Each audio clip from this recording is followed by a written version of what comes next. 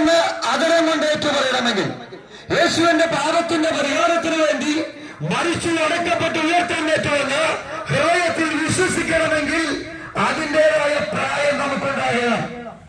ഞാൻ പറഞ്ഞതിന്റെ അർത്ഥം മനസ്സിലാക്കണം. ബൈബിൾ വിശ്വാസത്താലുള്ള രക്ഷയെ കുറിച്ച് മാത്രമാണ് പഠിപ്പിക്കുന്നത്, പ്രവൃത്തിയാലുള്ള രക്ഷയെ കുറിച്ച് പഠിപ്പിക്കുന്നില്ല.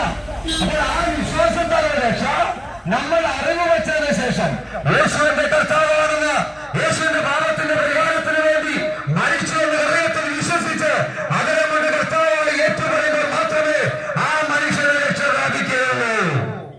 എന്ന് പറഞ്ഞാൽ കുഞ്ഞാളിൽ തളിച്ചത് കൊണ്ട് ഒരിക്കലും രക്ഷ പ്രാപിക്കാൻ കഴിയില്ല. മാമോദിസം മുങ്ങിയതുകൊണ്ട് ഒരിക്കലും രക്ഷ പ്രാപിക്കാൻ കഴിയില്ല. കാരണം മലന്നു കിടക്കുന്ന കുഞ്ഞിന് യേശു കർത്താവാണെന്ന് ഏറ്റുപറയാൻ കഴിയത്തില്ല.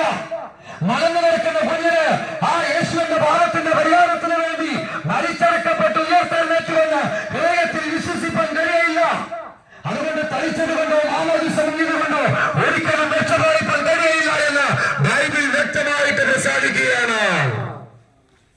എന്റെ പ്രിയ ക്രിസ്തീയ സഹോദരന്മാരെ, നിങ്ങൾ വഞ്ചിക്കപ്പെട്ടു പോകരുത്.